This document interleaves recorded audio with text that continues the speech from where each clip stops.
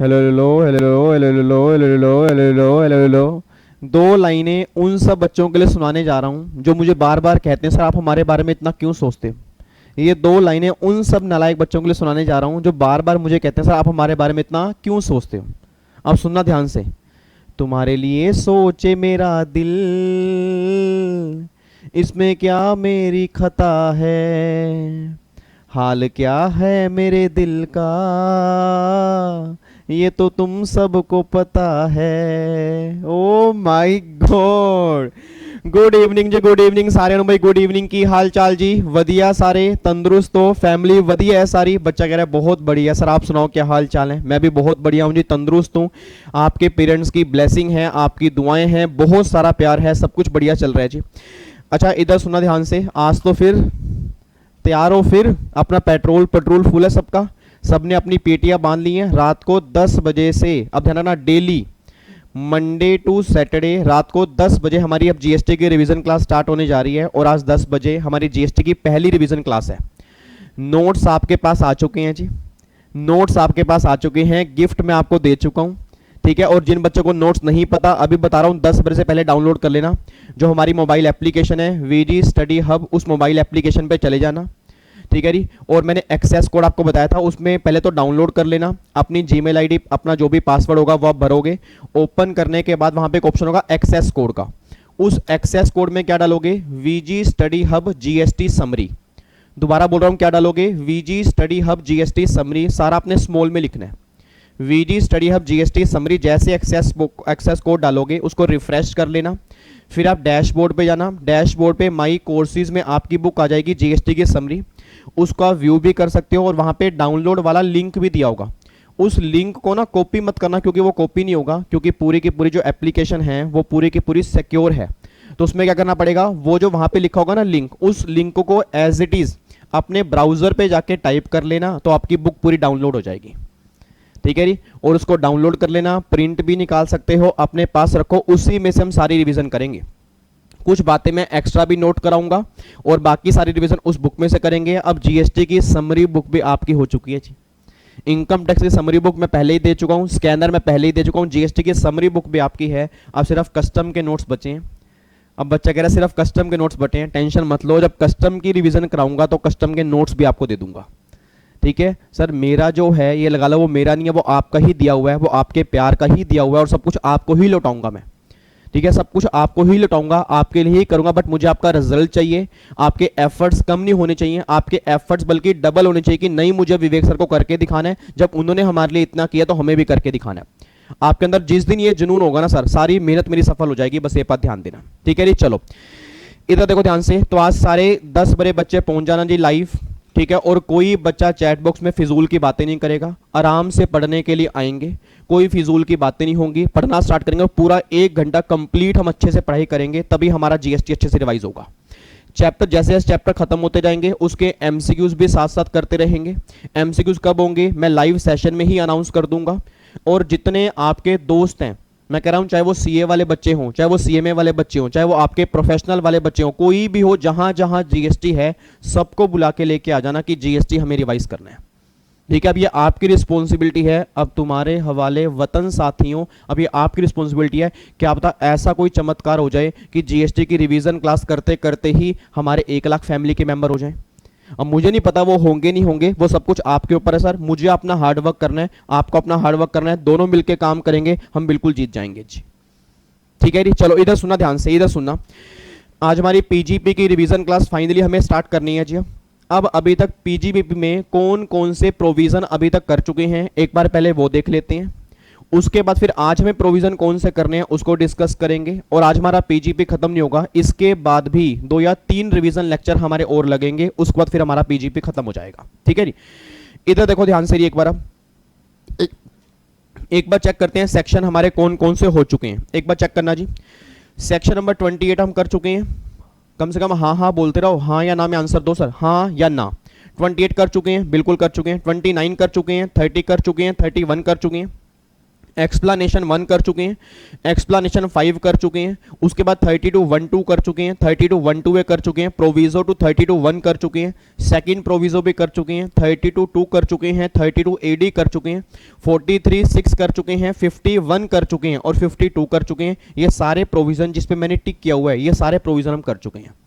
अब सामने कई बच्चे बैठे हैं, देखो सामने एक नालायक बच्चा बैठा है टमाटरी कलर का बच्चा, कहता है यार मुझे तो समझ नहीं आ रहा, ये जो सर ने टिक मार्क किए हैं क्या ये सारे प्रोविजन हमने कर भी लिए हैं या सर वैसे ही घर से करके आ रहे हैं कि हाँ ये हमने कर लिए। याद करो सर, मैं आपको सेक्शन की हेडिंग बोलता हूँ, आप खुद कहोगे सर ये सारे प्रोविजन हम कर चुके हैं। ये सबसे पहला सेक्शन नंबर 28 चार्जिंग सेक्शन, कौन कौन सी इनकम टैक्सेबल होंगी वो कंप्लीट कर चुके हैं, कुछ पॉइंट पेंडिंग है वो आगे जाके कंप्लीट हो जाएंगे। 29 की बिजनेस की इनकम किस तरह से कैलकुलेट होगी, 4 एडजस्टमेंट करेंगे। सबसे पहले क्या लेंगे, प्रॉफिट लेंगे कंपनी एक्ट वाले, उसमें 2 एडजस्टमेंट करेंगे खर्चों की, 2 करेंगे इनकम की। गाना आप सबको आता ही, कौन सा खर्चा ऐड करेंगे, जो डेबिट किया हुआ था डेबिट नहीं होना चाहिए, कौन सा खर्चा माइनस करेंगे, जो डेबिट होना चाहिए था डेबिट नहीं हुआ था, कौन सी इनकम माइनस करेंगे, जो क्रेडिट की हुई थी क्रेडिट नहीं होनी चाहिए, कौन सी इनकम ऐड करोगे, जो क्रेडिट होनी चाहिए थी क्रेडिट नहीं हुई थी, वो क्या कर दोगे ऐड। इन 4 एडजस्टमेंट बाद आपके प्रॉफिट आएंगे बिजनेस के। सेक्शन नंबर 29 सेक्शन 30 और 31 बिल्डिंग वाले खर्चे होंगे, उसका ट्रीटमेंट क्या होगा, वो सारी बातें 30 में है। मशीन वाले खर्चे होंगे, फर्नीचर वाले खर्चे होंगे, उसका ट्रीटमेंट क्या होगा, वो सारी बातें 31 में है। एक्सप्लेनेशन 1 ये बात कहती है कि अगर टेनेंट ने बिल्डिंग पर कोई भी खर्चा किया होगा कैपिटल, तो वो खर्चा उसके हाथ में डीम्ड बिल्डिंग मान के अलाउड कर देंगे। एक्सप्लेनेशन 1 ये बात कहती है। एक्सप्लेनेशन 5 कहती है कि डेप्रीसिएशन क्लेम करना मैंडेटरी है। आपको मैंने पहले भी कहा था कि डेप्रीसिएशन क्लेम करना मैंडेटरी है, क्योंकि सेक्शन 32(1)(2) में क्या लिखा है, शैल बी अलाउड। मतलब ऐसा नहीं है कि मेरा मन करेगा तो क्लेम करूंगा, मेरा मन करेगा तो क्लेम नहीं करूंगा, गवर्नमेंट करे, नहीं, डेप्रीसिएशन क्लेम करना मैंडेटरी है, बस ये बात ध्यान देना। उसके बाद फिर 32(1)(2) ये भी कंप्लीट कर लिया। याद करो नॉर्मल डेप्रीसिएशन जी। अब नॉर्मल चाहे वो ओल्ड मशीनरी हो, चाहे वो नई हो, चाहे वो टेंजिबल हो, चाहे वो इंटेंजिबल हो, बिजनेस के लिए यूज करोगे आपको नॉर्मल मिल जाएगा। 32(1)(2) ये किसका है, एडिशनल। ये कब मिलेगा, अगर नई प्लांट एंड मशीनरी परचेस करोगे उस केस में 20 मिलेगा, अगर बैकवर्ड एरिया की बात होगी उस केस में 35 मिलेगा, लेस देन 180 होगा तो हाफ मिलेगा, और बैलेंस हाफ जो होगा अगले साल क्लेम कर लोगे। ये सारी बातें हमने यहाँ पे कंप्लीट की। फिर प्रोविजो टू 32(1) में क्या लिखा था कि अगर यूज आपका लेस देन 180 डेज होगा उस केस में पूरा क्लेम नहीं कर पाओगे, हाफ क्लेम कर पाओगे। ये इस प्रोविजो के अंदर लिखा हुआ है। सेकंड प्रोविजो के अंदर क्या लिखा हुआ है, अमलगामेशन वाले केस होंगे, मर्जर वाले केस होंगे, डीमर्जर वाले केस होंगे, सक्सेशन वाले केस होंगे, जितने जितने दिन का जिन जिन कंपनियों ने यूज किया होगा उतने उतने दिन का उन कंपनी को मिल जाएगा। अमलगामेटिंग कंपनी 200 दिन यूज किया, अमलगामेटेड कंपनी 165 यूज किया, तो पूरे साल का निकालने के बाद 200 दिन का अमलगामेटिंग कंपनी को दे दो, 165 का अमलगामेटेड कंपनी को दे दो, तो नंबर ऑफ डेज के बेस पे कैलकुलेशन होगी। सेकंड प्रोविजो ये बात कहती है। फिर 32(2) याद करो, मैंने कहा था अनएब्सॉर्ब डेप्रिसिएशन। हेलो, मेरी बात समझ में आ रही है। अनएब्सॉर्ब डेप्रिसिएशन किसी भी हेड की किसी भी इनकम से खत्म कर सकते हो, सैलरी की इनकम को छोड़ के, और इनफिनिटी लाइफ तक क्या होंगे, कैरी फॉरवर्ड। ये सारी बातें हमने यहाँ पे की। 32(AD) हमारा किसका है, इन्वेस्टमेंट अलाउंस का है। मतलब अगर आपने बैकवर्ड एरिया में इन्वेस्टमेंट की होंगी उस केस में आपको डिडक्शन मिलेगी 15% की। और मैंने पहले भी कहा था कि इन्वेस्टमेंट अलाउंस और डेप्रिसिएशन इन दोनों को अलग लेके चलना, दोनों को मर्ज मत करना। That is 32(AD). 43(6) हमारा किसका है, WDV। ओपनिंग प्लस में परचेस माइनस में सेल, क्या निकल के WDV आएगा, उस पर क्या क्लेम करोगे, डेप्रिसिएशन। That is 43(6). 51 कहते हैं पिक्चर अभी बाकी है, 52 कहता है पिक्चर खत्म हो चुकी है। मेरी पूरी क्लास से बढ़िया आप कौन जानता है, अगर पिक्चर बाकी है उसका मतलब कह रही है इट मींस अभी ब्लॉक में कुछ एसेट पड़ी हैं, और अगर ब्लॉक में आपकी एसेट बची होंगी या तो मैंने कहा था गेन आएगा या आपकी WDV आएगी, लॉस कभी नहीं आएगा। और अगर पिक्चर खत्म हो चुकी है मेरे दोस्त, उस केस में या तो गेन होगा या लॉस होगा, WDV कभी एग्जिस्ट नहीं करेगी। ये सारी बातें हमने 52 में की थी। तो ये सारे सेक्शन अभी तक हम रिवाइज कर चुके हैं। जो बच्चे नए हैं एक बार पहले बाकी रिवीजन क्लास देख लें, उसके बाद आपको सारा कुछ समझ में आ जाएगा जी। ठीक है, इन्हीं सब बातों के साथ अब जो हमें आज प्रोविजन करने हैं ना आपके सामने, उनको मैंने सर्कल किया हुआ है जी। एक बार अब यहाँ पे चेक करना आज हमें कौन से करने हैं। एक तो 32(1)(1) SLM मेथड वाला, ये हमें कंप्लीट करना है। 32(1)(3) ये भी लिंक करता है SLM मेथड से, ये भी हमें कंप्लीट करना है। एक 43(1) ये हमारा एक्चुअल कॉस्ट का है, ये भी आज हम डिस्कस करेंगे। फिर एक सेक्शन है 38(2), 50A, 43CA, और ये जितने भी आपके सर्कल वाले प्रोविजन हैं ये सारे आज हम रिवाइज करेंगे।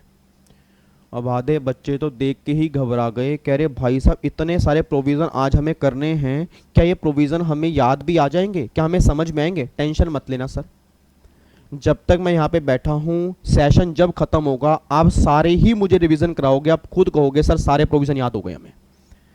सिर्फ आपका एक काम है कि आने वाला 1 घंटा मेरी फैमिली का हर बच्चा सिर्फ मुझे सुनेगा, कोशिश करेगा रिकॉल करने की जो आपने क्लास में पढ़ा था। देखो आपको सारी बातें याद आएंगी, मैं कह रहा हूँ 100% बातें याद आएंगी। अगर एक बार आपने मेरी बातों को सुन लिया ना, आपको सारी बातें जरूर याद आएंगी, इतना मुझे विश्वास है। इधर सुना, मैं ध्यान से कहना क्या चाह रहा हूँ। अब सबसे पहले जो प्रोविजन डिस्कस करने जा रहे हैं ना, वो डिस्कस कर रहे हैं एक तो 32(1)(1), 32(1)(3), इससे लिंक करता एक सेक्शन है 50A और इसी से लिंक करता एक सेक्शन है 41(2). ये चारों प्रोविजन आपस में इंटरलिंक है। अब जिन बच्चों ने पीजीपी सही तरह से पढ़ा है तो आपस में इंटरलिंकिंग करके पढ़ोगे तो समझ में आएगा, अगर इंटरलिंकिंग करके नहीं पढ़ोगे तो कुछ भी समझ में नहीं आएगा। अब सर एक बात चेक करना, जो समरी बुक आपके पास मैंने दी हुई है, ये समरी बुक आपके सामने है। इसमें देखो मैंने ऊपर क्या लिखा हुआ है, सेक्शन 32(1)(1), एक तो ये लिखा हुआ है, फिर 32(1)(3), 41(2) और 50A। मैंने क्या बोला, ये चारों प्रोविजन आपस में इंटरलिंक है। अब ये चारों प्रोविजन कहते क्या हैं, इनकी आपस में क्या लिंकिंग है, वो सारी बातें हमें समझनी है। और जहां ये सेक्शन खत्म होगा चारों प्रोविजन हमारे एक साथ खत्म हो जाएंगे। इधर सुनो, मैं ध्यान से कहना क्या चाह रहा हूं सर, याद करो आपने जब क्लास में किया था ना, जब आपको मैंने क्लास में सेक्शन करवाया था, आपको मैंने कहा था कि डेप्रीसिएशन के मेन 3 सेक्शन हैं, एक तो 32(1)(1), एक 32(1)(2), एक 32(1)(2)(A), 32(1)(2) नॉर्मल है, 32(1)(2)(A) एडिशनल है, और एक 32(1)(1) है जो SLM मेथड वाला केस होगा। कौन सा, इलेक्ट्रिसिटी कंपनी वाले केस में।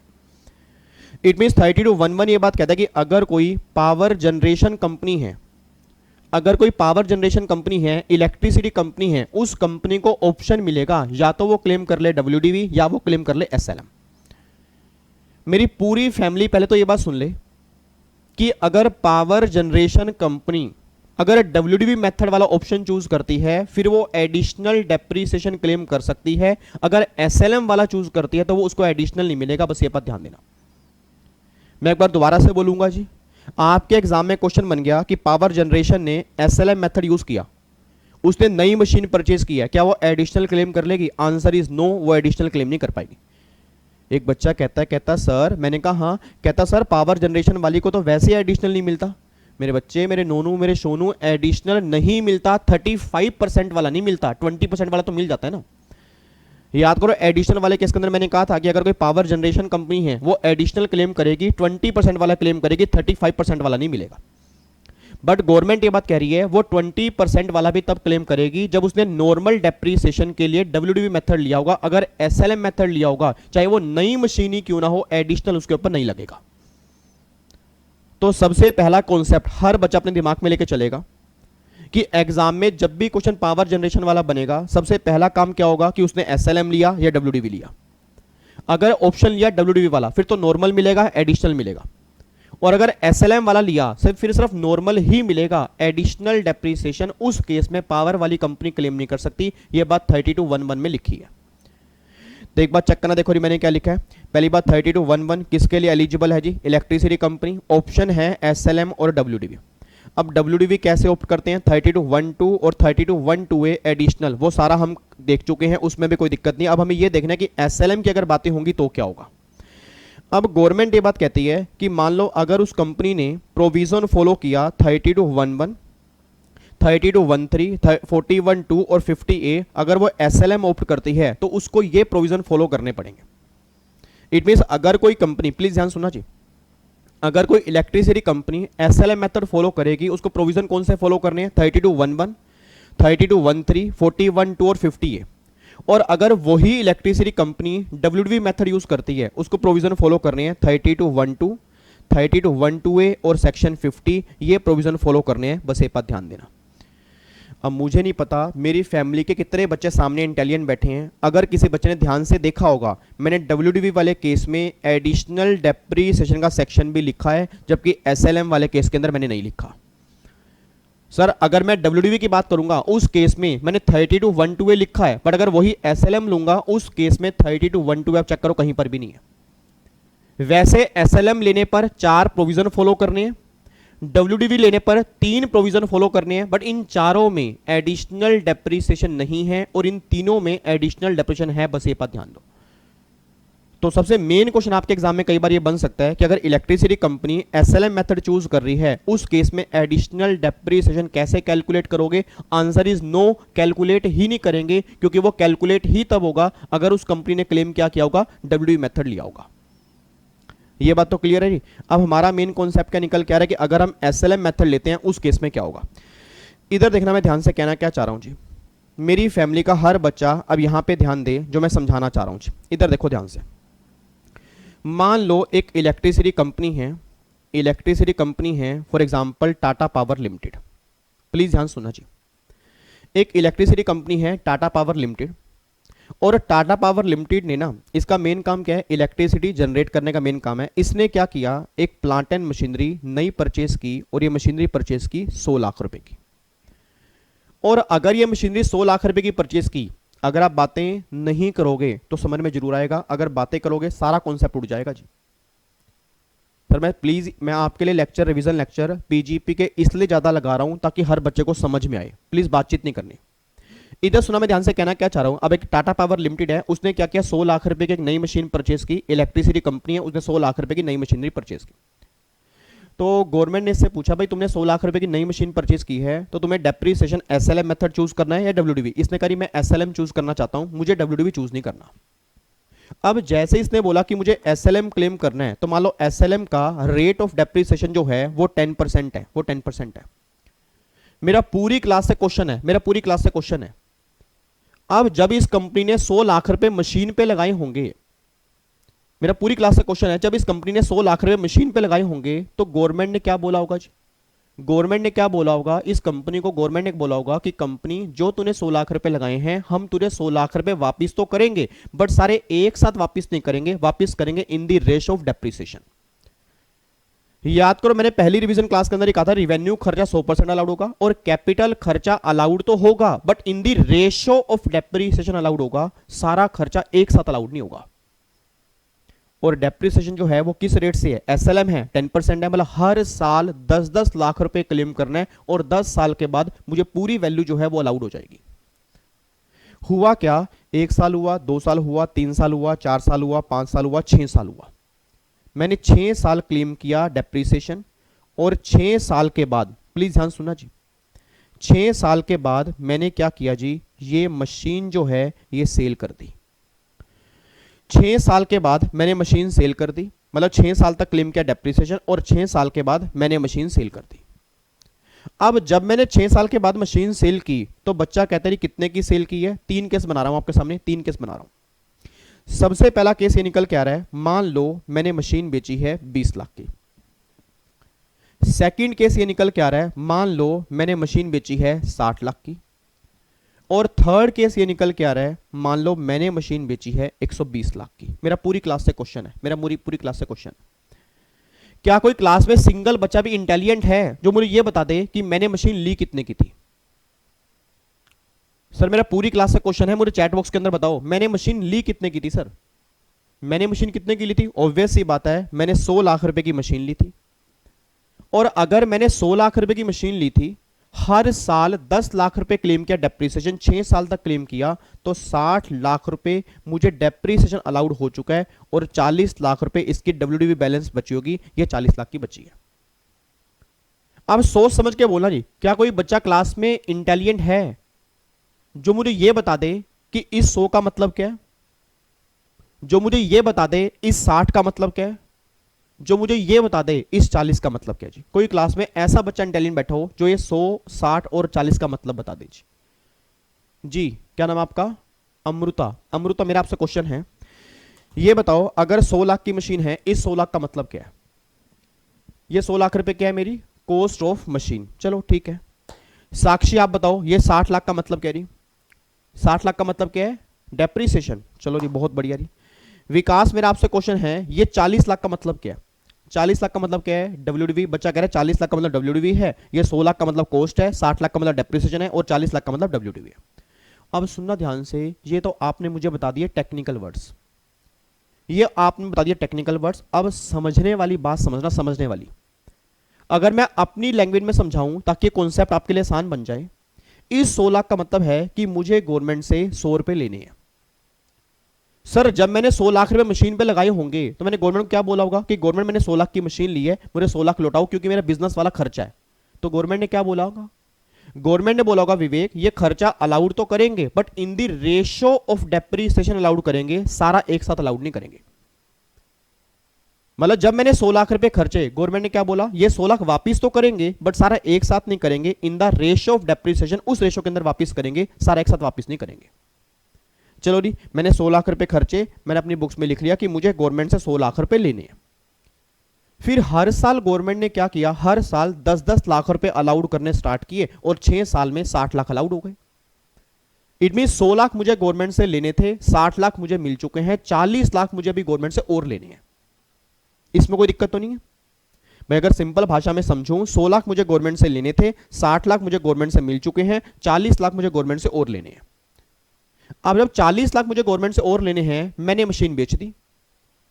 अब जब मैंने मशीन बेची, और मशीन मैंने अगर बेची है 20 लाख रुपए की, मेरा पूरी क्लास से क्वेश्चन है, 40 लाख रुपए लेने थे, 20 लाख की मशीन बेची है, तो मेरा 20 लाख बैलेंस बचेगा। इसको मैं क्या बोलूंगा जी?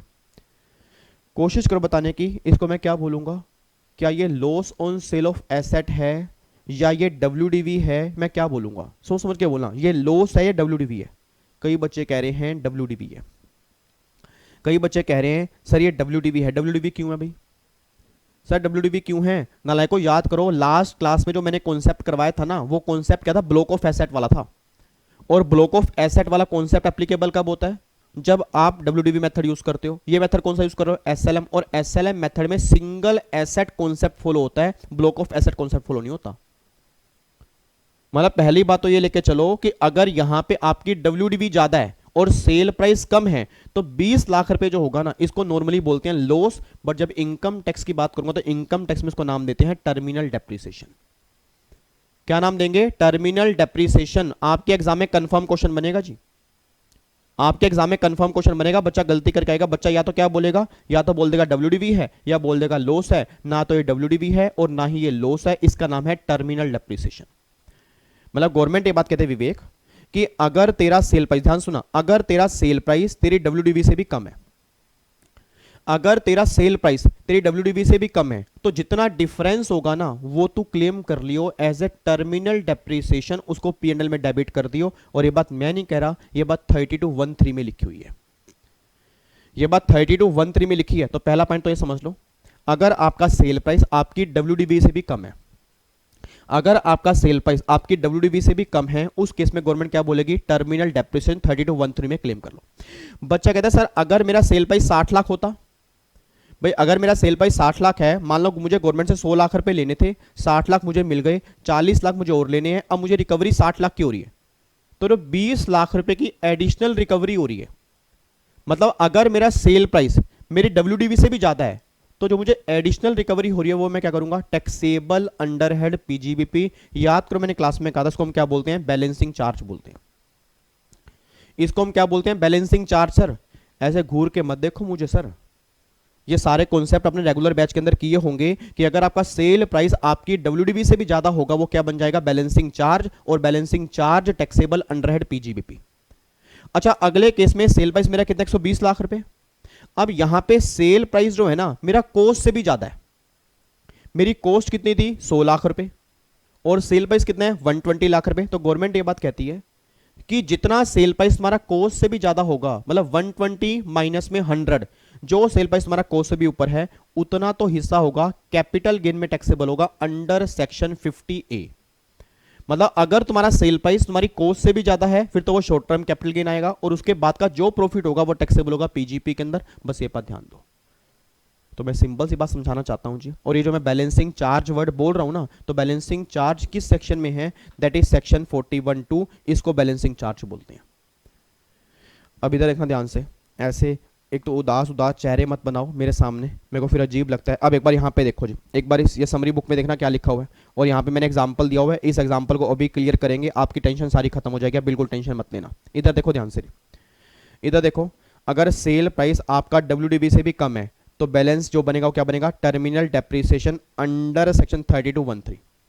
अगर सेल प्राइस आपका WDV से ज्यादा है तो बैलेंस क्या बनेगा? Balancing charge taxable under head PGP 41(2).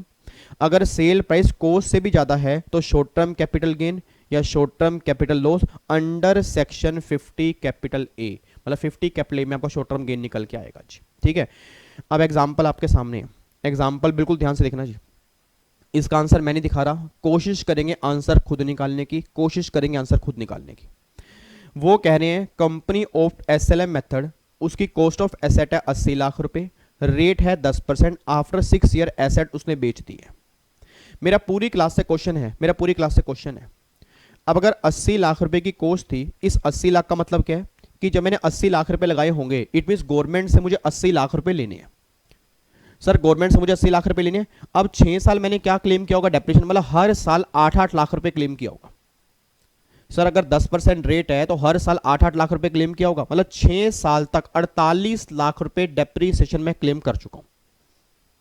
मेरे बच्चे, मेरे नोनू, मेरे सोनू, मेरे बैंगनी, मेरे महरून कलर के बच्चे, एक बात मुझे बताओ, 80 लाख रुपए है, 10% रेट है, हर साल 8 लाख रुपए, वो कह रहे 6 साल के बाद बेच दी है, तो 8 लाख मल्टीप्लाई 6, 48 लाख रुपए क्लेम कर लिया होगा ना। मतलब 80 लाख मुझे गवर्नमेंट से लेने थे, 48 लाख मुझे अलाउड हो चुके होंगे, 22 लाख मुझे गवर्नमेंट से और लेने होंगे। सॉरी 22 लाख नहीं, 32 लाख मुझे गवर्नमेंट से और लेने होंगे। तो यहाँ पे मैं क्या करूंगा, 48 लाख जो मैंने क्लेम कर लिया डेप्रिसिएशन, ये मैंने माइनस कर दिया, और जो बैलेंस मेरा आ गया 32 लाख रुपए, इसको मैं क्या बोलूंगा, डब्ल्यूडीवी, ये मेरी निकल के आ गई डब्ल्यूडीवी। अच्छा, अब ये मशीन मैंने बेची कितने की रही, पहले केस में गवर्नमेंट कह रही है आपने 15 लाख रुपए की बेची है। अब सोच समझ के बोलना जी, सोच समझ के बोलना, मैंने गवर्नमेंट से लेने कितने थे, हेलो इधर देखो ध्यान से, मैंने गवर्नमेंट से लेने कितने थे, 80 लाख रुपए, गवर्नमेंट ने मुझे कितने दे दिए, 48 लाख रुपए, अभी और कितने लेने हैं, 32 लाख रुपए।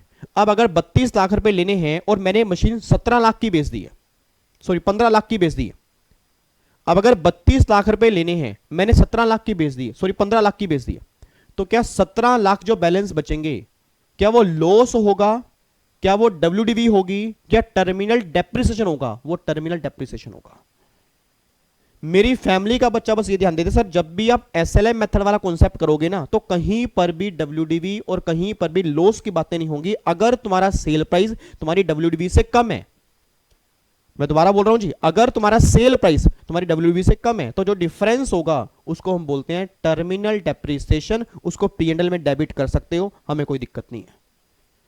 तो अगर 15 लाख की आपने बेची है, 32 लाख लेने हैं, तो 17 लाख रुपए क्या निकल के आ गया, टर्मिनल डेप्रिसिएशन। बस ये पर ध्यान देना, अभी गेम खत्म नहीं हुई।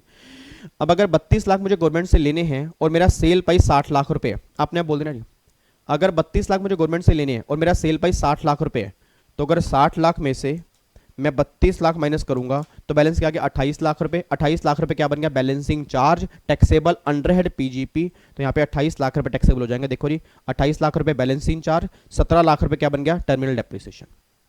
और अगर यहाँ पे 80 आएगा, अगर यहाँ पे आप सोच के बोलना जी, अगर यहाँ पे सेल प्राइस आपका तीसरे केस में सेल प्राइस है 110 लाख रुपए, अब सोच के बोलना, अगर सेल प्राइस 110 लाख रुपए है, आपकी कॉस्ट 80 लाख रुपए है, कॉस्ट आपकी 80 लाख रुपए, सेल प्राइस आपके 110 लाख रुपए है, तो आपकी कॉस्ट से भी ज्यादा रिकवरी हो रही है भाई। अगर कॉस्ट मेरी 80 लाख रुपए है, सेल मेरे 110 लाख रुपए, 30 लाख रुपए क्या बन जाएगा, short term capital gain under section 50A। तो 50A यही बात कहता है कि जहां पे एसएलएम मेथड लगेगा उस केस में क्या लग जाएगा, 50A लग जाएगा।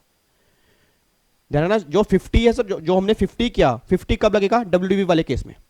कई बच्चे कंफ्यूज हैं, वो कह रहे कल हमने कहा था 51 के अंदर पिक्चर अभी बाकी है, 52 में पिक्चर खत्म हो चुकी है। वो सारी बातें एप्लीकेबल तब होंगी जब आपने डब्ल्यूडीवी मेथड फॉलो किया। अगर आपने एसएलएम मेथड फॉलो किया, मैं दोबारा बोल रहा हूं जी, रटने वाला बच्चा एक बात ध्यान दे रही, आपको प्रॉब्लम हो रही होगी समझने में, और वो क्यों हो रही है, क्योंकि आपने पहले से ढंग से पीजी पढ़ानी है।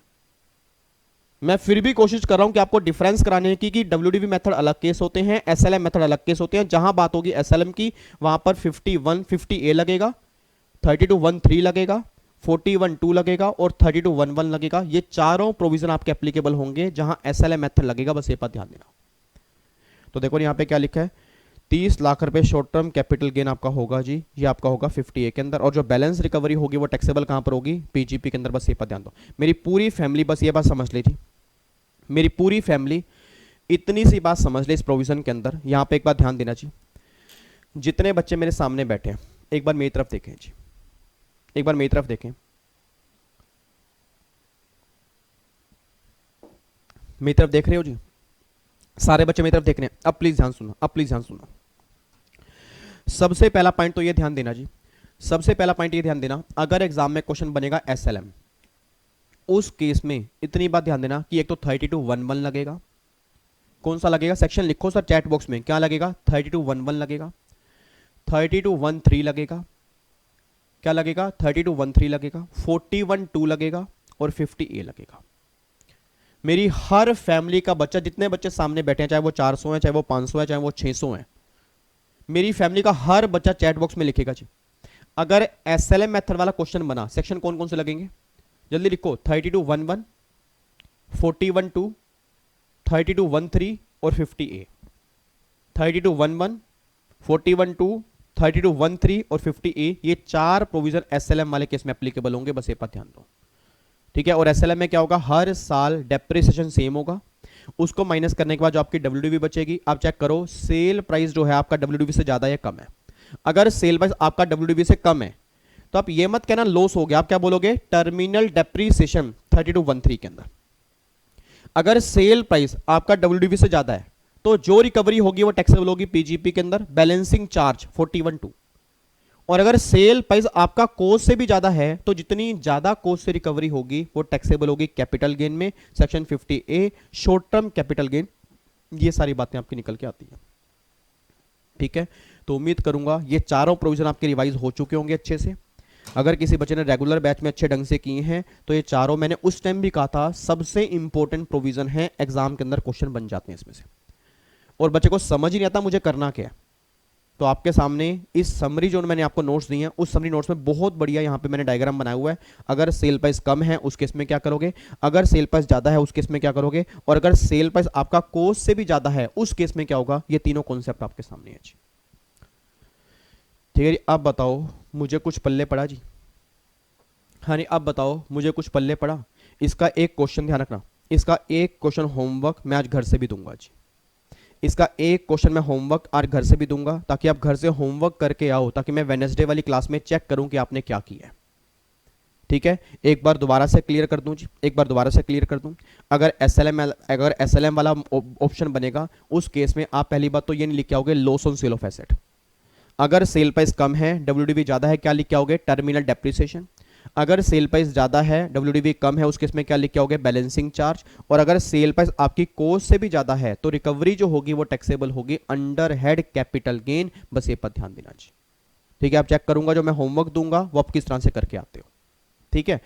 तो ये चार प्रोविजन थे जी, ये चार प्रोविजन हैं जो आपस में इंटरलिंक हमने किए हैं। एक तो 3211 ये हमने कंप्लीट किया, 3213 बैलेंसिंग चार्ज ये हमने कंप्लीट किया, उसके बाद फिर यहाँ पे 50A short term capital gain ये हमने कंप्लीट किया, और फिर आपका है 41-2 बैलेंसिंग चार्ज का ये प्रोविजन हमने रिवाइज किया। ये चारों प्रोविजन हमारे याद हो चुके हैं जी, ठीक है। अब ये चारों प्रोविजन कंप्लीट करने के बाद ना, अब ये चारों प्रोविजन कंप्लीट करने के बाद अब आप यहाँ पे आ जाओ जी, इधर देखो ध्यान से, अब प्लीज ध्यान देखना जी। एक बात मैंने सोच के बताना, एक बात मैंने सोच के बताओ, अगर किसी एसेट को आपने सिर्फ और सिर्फ, प्लीज ध्यान सुना जी, अगर किसी एसेट को आपने सिर्फ और सिर्फ बिजनेस पर्पस के लिए यूज किया है, अगर किसी एसेट को आपने सिर्फ और सिर्फ बिजनेस पर्पस के लिए यूज किया है तो आप क्या क्लेम कर लोगे? डेप्रिसिएशन पूरा क्लेम करोगे, कोई दिक्कत तो नहीं है। अच्छा, अगर किसी एसेट को आपने सिर्फ और सिर्फ पर्सनल पर्पस के लिए यूज किया है, हाँ नहीं सोच समझ के बोला, अगर किसी एसेट को सिर्फ और सिर्फ आपने पर्सनल पर्पस के लिए यूज किया है तो आप क्या क्लेम कर लोगे जी? डेप्रिसिएशन। बोलो क्लेम करोगे नहीं क्लेम करोगे? नहीं क्लेम करोगे। सर अगर पर्सनल पर्पस हो तो कैसे क्लेम करोगे? बच्चा कह रहा है क्लेम कर लेंगे। पर्सनल वाले केस में नहीं मिलेगा, बिजनेस वाले केस में मिलेगा। एक बच्चा कहता है सर एक एसेट है उसको मैंने बिजनेस में भी यूज किया, पर्सनल भी यूज किया, उस केस में क्या होगा? तो गवर्नमेंट कहती है अगर आपने बिजनेस और पर्सनल दोनों में यूज किया होगा तो बिजनेस वाले का मिल जाएगा, पर्सनल वाले का नहीं मिलेगा। मतलब अगर आपने पार्टली बिजनेस में यूज किया और पार्टली पर्सनल यूज किया तो पार्टली मिल जाएगा, पार्टली नहीं मिलेगा। ये बात मैं नहीं कह रहा, ये बात सेक्शन 38(2) में लिखी है। मतलब सेक्शन 38(2) ये बात कहता है कि अगर पार्टली बिजनेस में है पार्टली पर्सनल है तो बिजनेस वाले का क्लेम कर लो, पर्सनल वाले का तुम्हें नहीं मिलेगा। ये बात ध्यान देना, ये बात आपकी यहां पे लिखी है। अब मुझे पता है कि 99% बच्चे को ना ये बात पता है, ऑलरेडी पहले से ही पता है, आप सबने क्लासेस के अंदर पढ़ा होगा। बट जो बात नहीं पता जो आप गलती करके आओगे एग्जाम के अंदर, जो आप गलती करके आओगे, जो बात नहीं पता वो मुझे अब आपको बतानी है। इधर सुना, मैं ध्यान से कहना क्या चाह रहा हूं जी, इधर सुना ध्यान से, बहुत ध्यान सुनना और ऐसा करना, गलती करने के लिए तैयार हो जाना जी, गलती करने के लिए तैयार हो जाना जी। मेरा पूरी क्लास से क्वेश्चन है, मेरा पूरी क्लास से क्वेश्चन है, आपने एक मशीन ली है जी। हेलो अंकल, सीधे होके बैठो, सीधे होके बैठो नालायक, मतलब हद हो गई, मैं यहां पे समझा रहा हूं, बच्चा वहां पे अपने मैसेज में लगा हुआ है। सर ये बात बहुत गलत है, मैं आपको गुस्सा नहीं होना चाहता, नहीं होना चाहता, नहीं, आपने मेरा गुस्सा देखा नहीं है, रेगुलर बैच वाले बच्चे से पूछ लो। आप में से आधे बच्चे रेगुलर बैच वाले होंगे, आधे बच्चे यूट्यूब वाले होंगे, रेगुलर बैच वाले बच्चों से पूछ लो सर। जब मेरे को गुस्सा आता है, मेरे यहाँ से ना सींग निकल जाते हैं रेड रेड कलर के, और मैं नहीं चाहता वो फिर मैं मेरा असली रूप आपको दिखे, और मैं यहाँ से कूद के जान दे दूंगा, ध्यान रखना। फिर सारे रिवीजन क्लासेस, जीएसटी की रिवीजन क्लासेस और 27 मिनट 7 कॉन्सेप्ट वाली सारी सीरीज बेकार हो जाएगी अगर आप मुझे गुस्सा दिलाओगे। बच्चे कह रहे नहीं नहीं नहीं सर नहीं गुस्सा दिला रहे, हाँ फिर चुप करके ऐसे मुंह पे हाथ रखो, ऐसे बिल्कुल शांत होकर बैठना, बिल्कुल शांत होकर, अच्छे बच्चे बन के बैठा करो, अच्छे बच्चे, ठीक है, लगना चाहिए अच्छे बच्चे हो, बिल्कुल अच्छे बच्चे हो आप। इधर सुना ध्यान से, अब प्लीज ध्यान सुनना। अब एक मशीन मान लो, प्लीज ध्यान सुनना, एक मशीन मान लो आपने 50 लाख रुपए की ली, एक मशीन मान लो 50 लाख रुपए की ली, इस पे रेट ऑफ डेप्रीसिएशन जो है 15% रेट ऑफ डेप्रीसिएशन है जी, प्लीज ध्यान सुनना। और आपने क्या किया, इस मशीन को 70% यूज किया बिजनेस पर्पस के लिए और 30% यूज किया पर्सनल पर्पस के लिए। ये क्वेश्चन में ही दिया हुआ है कि 70-30 की रेशो है भाई, 70-30 की रेशो है, 70% बिजनेस में, 30% पर्सनल में। अब मेरा पूरी क्लास से क्वेश्चन है, मेरा पूरी क्लास से क्वेश्चन है, क्या हर केस में पूरा का पूरा डेप्रिसिएशन आपको मिलेगा? Answer is no. 70% का मिलेगा, 30% का नहीं मिलेगा, यह बात तो क्लियर है। अब ये मेरी फैमिली का 99% बच्चा जानता है कि 70% पर मिलेगा, 30% पर नहीं मिलेगा। जो नहीं जानता, मेरा पूरी क्लास से क्वेश्चन है, सर जो ये 70-30 की रेशो निकालनी है, ये कैसे निकालनी है?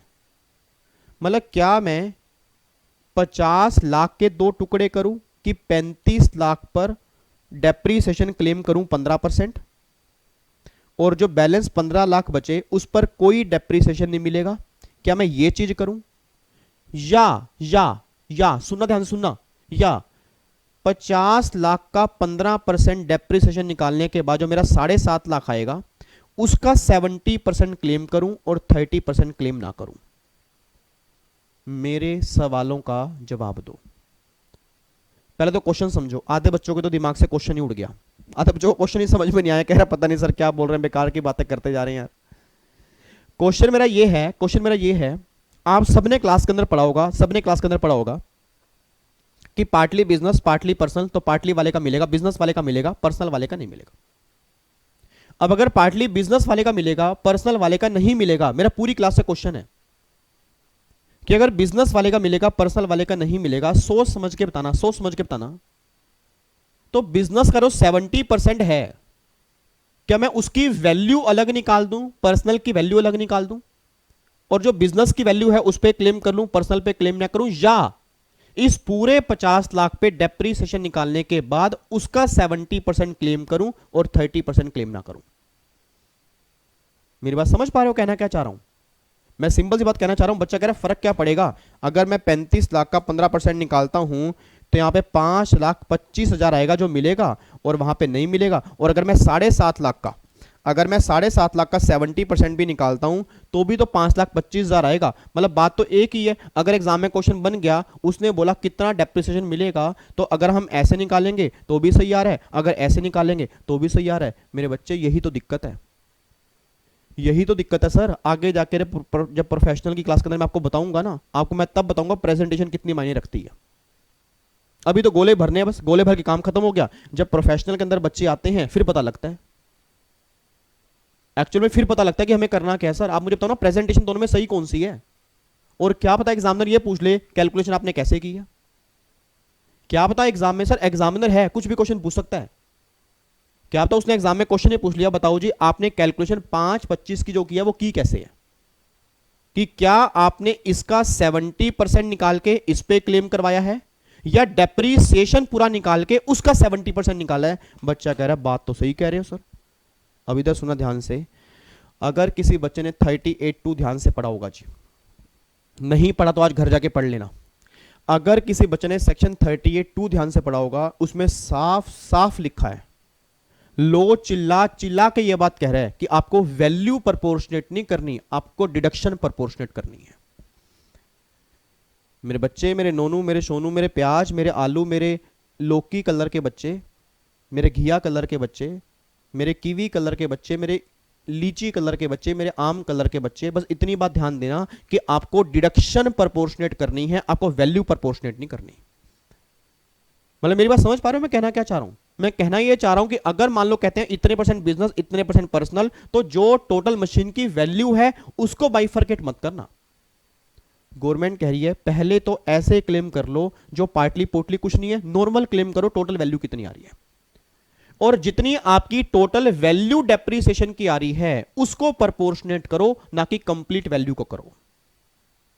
तो मतलब कहना क्या चाह रहा हूं कि आपने क्लेम तो पूरे 50 लाख पे करना है, क्लेम आपने पूरे 50 लाख पे करना है, उसके बाद फिर आप बाइफरकेशन कर दो कि 5-25 का मिलेगा, बाकी का नहीं मिलेगा। तो 38(2) में ये लिखा हुआ है जी, देखो जी अब सेक्शन 38(2) जोन सा है, ये वाला 38(2) ना, तो पार्टली बिजनेस पार्टली पर्सनल। बस मेरी फैमिली का हर बच्चा ये बात ध्यान दे कि वैल्यू को प्रोपोर्शनेट मत करना, जो आपकी डिडक्शन निकल के आ रही है उसको आपने प्रोपोर्शनेट करना है कि उतने का मिलेगा और बैलेंस का नहीं मिलेगा। ये बात क्लियर हो गई जी। तो ये हमारा सेक्शन 38(2) है जी। ओके रिपोर्ट, आगे बढ़ सकते हैं, पक्का पक्का, चलो जी। उसके बाद सेक्शन नंबर 43C है जी। अब ये नहीं मैं करा रहा जी, ये नहीं मैं कराऊंगा सर, ये मैं छुड़वा रहा हूँ। छुड़वा क्यों रहा हूँ? छुड़वाने का मतलब ये नहीं है मेरे को आता नहीं है, छुड़वाने का मतलब ये है, याद करो आपने कैपिटल गेन में सेक्शन 50C की रिवीजन की हुई है, याद करो आपने कैपिटल गेन में सेक्शन 50C की रिवीजन की हुई है। और 50C में क्या लिखा है, जल्दी बोल दो फटाफट, चैट बॉक्स पर जाना चाहिए। 50C में क्या लिखा है, अगर स्टैंप ड्यूटी वैल्यू, बिल्कुल सही बोल रहे हो, अगर stamp duty value sale price के 110% से ज्यादा है तो स्टैंप ड्यूटी क्या बन जाएगा, सेल प्राइस बन जाएगा। फिर अगर स्टैंप ड्यूटी 2 दिन की दी होंगी, एग्रीमेंट के दिन की अलग दी है, रजिस्ट्रेशन के दिन की अलग दी है, तो अगर बायर ने कुछ पैसा एग्रीमेंट के दिन या उससे पहले पे कर दिया, दोबारा से अगर बायर ने कुछ पैसा एग्रीमेंट के दिन या उससे पहले पे कर दिया, फिर तो आप ले लोगे एग्रीमेंट के दिन की, नहीं तो आप लोगे रजिस्ट्रेशन के दिन की। वही सारी बातें हमने 50 के अंदर पढ़ी थी, वही सेम बातें यहां पे। फर्क क्या है, वो कैपिटल एसेट वाले केस में लगता है और ये स्टॉक इन ट्रेड वाले केस में लगता है।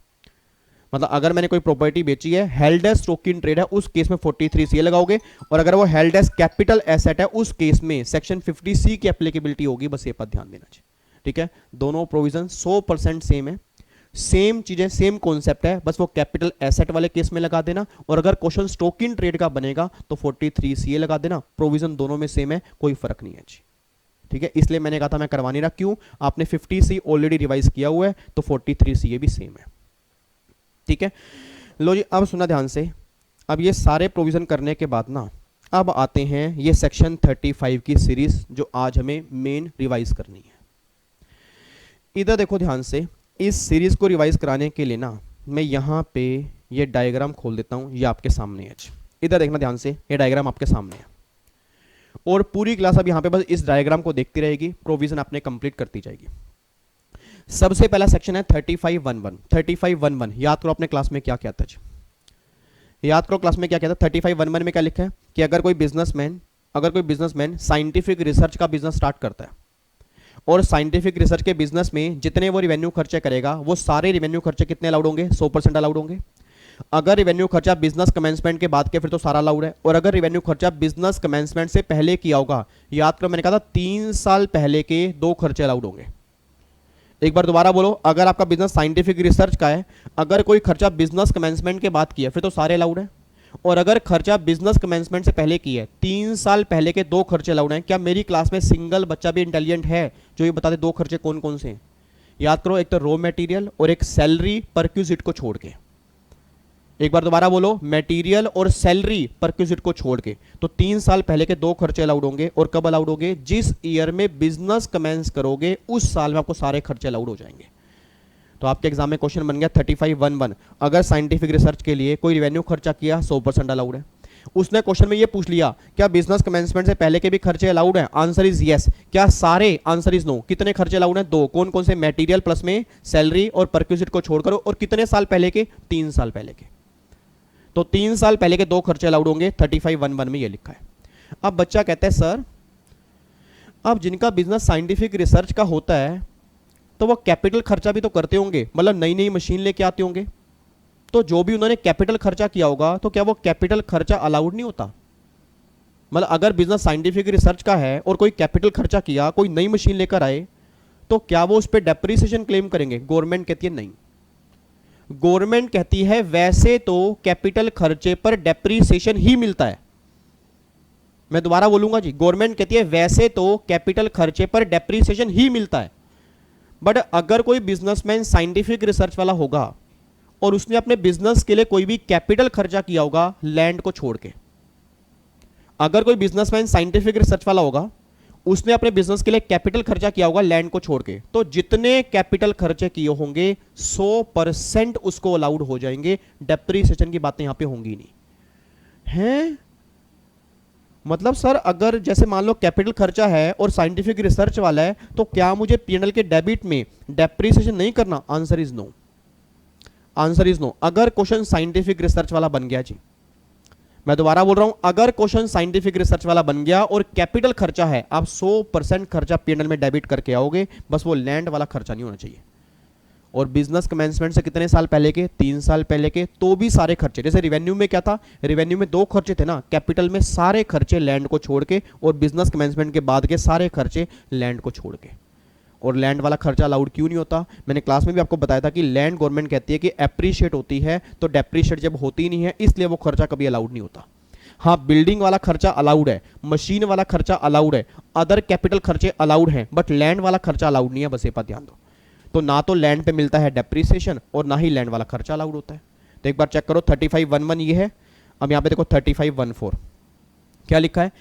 अगर आपने कैपिटल खर्चे किए हैं साइंटिफिक रिसर्च के लिए 100% अलाउड है, और अगर कमेंसमेंट से पहले किए हैं 3 साल पहले के सारे खर्चे अलाउड होंगे। बस ये बात ध्यान देना कि लैंड वाला खर्चा अलाउड नहीं होगा, बाकी जो भी खर्चे होंगे 100% अलाउड हो जाएंगे, बस ये बात ध्यान दो। तो 2 प्रोविजन मैंने बता दिए जी। पूरी क्लास एलाइट हो गई जी, चैट बॉक्स के अंदर भर दे रही, पूरी क्लास एलाइट होकर मुझे आंसर दे। रिवेन्यू खर्चा कितना अलाउड है जी? जल्दी बोलो। अगर कोई बिजनेसमैन साइंटिफिक रिसर्च वाला है, रिवेन्यू खर्चा कितना अलाउड है? 100%। बिजनेस कमेंसमेंट से पहले के सारे खर्चे, 2 खर्चे, 2 खर्चे कौन कौन से? मटेरियल और सैलरी, परक्विजिट को छोड़ के। कितने साल पहले के? 3 साल पहले के। और बिजनेस कमेंसमेंट के बाद के, बिजनेस कमेंसमेंट के बाद के सारे रिवेन्यू खर्चे अलाउड होंगे, और वो 100% ही अलाउड होंगे। 3511 ये बात कहते हैं। अब बात करो, अगर कोई बिजनेसमैन साइंटिफिक रिसर्च वाला है, अपने बिजनेस के लिए कैपिटल खर्चा कर रहा है, तो क्या वो क्लेम करेगा डेप्रिसिएशन? Answer is no. वो क्या क्लेम करेगा? 100% खर्चा अलाउड होगा, सारे कैपिटल खर्चे या लैंड को छोड़ के, लैंड को छोड़ के। बिजनेस कमेंसमेंट से पहले के कितने साल पहले के? 3 साल पहले के खर्चे अलाउड होंगे, 100% खर्चे अलाउड होंगे। 3514 ये है, ठीक है। अच्छा, अब सुना, मैं ध्यान से कहना क्या चाह रहा हूं। आपके नोट्स में अमेंडमेंट क्लास में मैंने डिटेल में कराया था जी। आप में से कई बच्चे ऐसे हैं जिन्होंने अभी तक अमेंडमेंट क्लास देखी नहीं है, और मैं बहुत जल्दी एक वीडियो लेके आ रहा हूं। मैं बहुत ही जल्दी एक वीडियो लेके आऊंगा अपनी पूरी की पूरी फैमिली के लिए, कि फेल होने के क्या क्या कारण होते हैं, और उसमें ऐसी बातें बोलूंगा जो आपके ना दिल यहां पे होता है ना, हाँ दिल यहां, दिल में चुभेंगी। और पता क्यों चुभेंगी? क्योंकि वो बातें सच होंगी। वो बातें सच होंगी सर, वो बातें सच होंगी, दिल पे चुभेंगी, और मैं चाहता हूं वो बातें चुभें, क्योंकि तभी आप क्लियर करोगे एग्जाम, ऐसे क्लियर नहीं करोगे आप। उसके कुछ रीजन तो अभी सुन लो मेरे से, कुछ रीजन अभी सुन लो, बाकी डिटेल रीजन बताऊंगा उस वीडियो के अंदर, और उस वीडियो को सुन लेना। बातें चुभ रही हैं, चुभेंगी, मेरा बोला हुआ चुभेगा। और क्यों चुभेगा? आपको लगेगा कि हमें गलतियां करते हैं, अब हमें गलती नहीं करनी, हमें पास होकर दिखाना है। सबसे पहला रीजन, बच्चा अमेंडमेंट क्लास सही ढंग से देखता ही नहीं है। बच्चा क्या देखता है? जगह जगह मैराथन। सर कहां रिवीजन क्लास चल रही है वहीं पे देख लूंगा, उसमें अमेंडमेंट कर लूंगा। सबसे बड़ी मिस्टेक, रिवीजन क्लास में अमेंडमेंट कभी भी डिटेल में नहीं होती। जिसका नाम ही रिवीजन है, डिटेल में कैसे आ जाएगा? मैं बच्चों को बोलता थक गया सर, डॉक्टर ने भी कह दिया विवेक सर कम बोला करो, आपका गला जा सकता है। मैं उनको क्या बोलूं कि मेरे बच्चे नालायक हैं? उनको मैं कितनी बार बोल गया अमेंडमेंट क्लास डिटेल में देख लो। बच्चा कह रहा है बोलते जाओ, बड़े बड़े आए, बड़े बड़े चले गए, तुम किस खेत की मूली हो, हमें कोई सुधार नहीं पाया। सर हमें कोई सुधार ही नहीं पाया, आप तो बहुत बाद में आए हो। हमें घर वाले नहीं सुधार पाए, हमें दुनिया वाले नहीं सुधार पाए, आप क्या सुधारोगे? अमेंडमेंट क्लास हम डिटेल में देखेंगे ही नहीं। तो अब जिसने अमेंडमेंट क्लास डिटेल में ही नहीं देखी, उसको प्रोविजन क्या समझ में आएंगे अच्छे से? बच्चे से पूछो क्यों नहीं देखे? टाइम ही नहीं है। मतलब मेरे को समझ नहीं आ रहा, 24 घंटे आपके पास कम पड़ रहे हैं यार। अगर आपके पास 24 घंटे कम पड़ रहे हैं, थोड़ी सी नजर मेरी तरफ भी देख लो, मेरे 3 रेगुलर बैच चल रहे हैं, मेरे 3 रेगुलर बैच चल रहे हैं। उसके बाद यूट्यूब पे सारा दिन मैं आपके लिए रिवीजन क्लास डालता हूं। अब रात को सेशन स्टार्ट कर रहा हूं, एक नई सीरीज आने वाली है, मैं टाइम कैसे निकाल रहा हूं जी? उसके लिए मुझे नोट्स भी बनाने पड़ते हैं। सर आप तो, आपका तो काम है ना सर, आपका क्या, आप तो सीए बन चुके हो सर, नालायक, आपको भी तो अब सीएस बनना है, आपको डिग्री नहीं लेनी क्या सर? टाइम निकालना पड़ेगा। आपका टाइम मैंने पहले भी कहा था इतना वेस्ट होता है, पूरा दिन आप चेक कर लेना, रात को आधा घंटा बैठ के सोच के आप कितना टाइम यूट्यूब पे वेस्ट करते हो।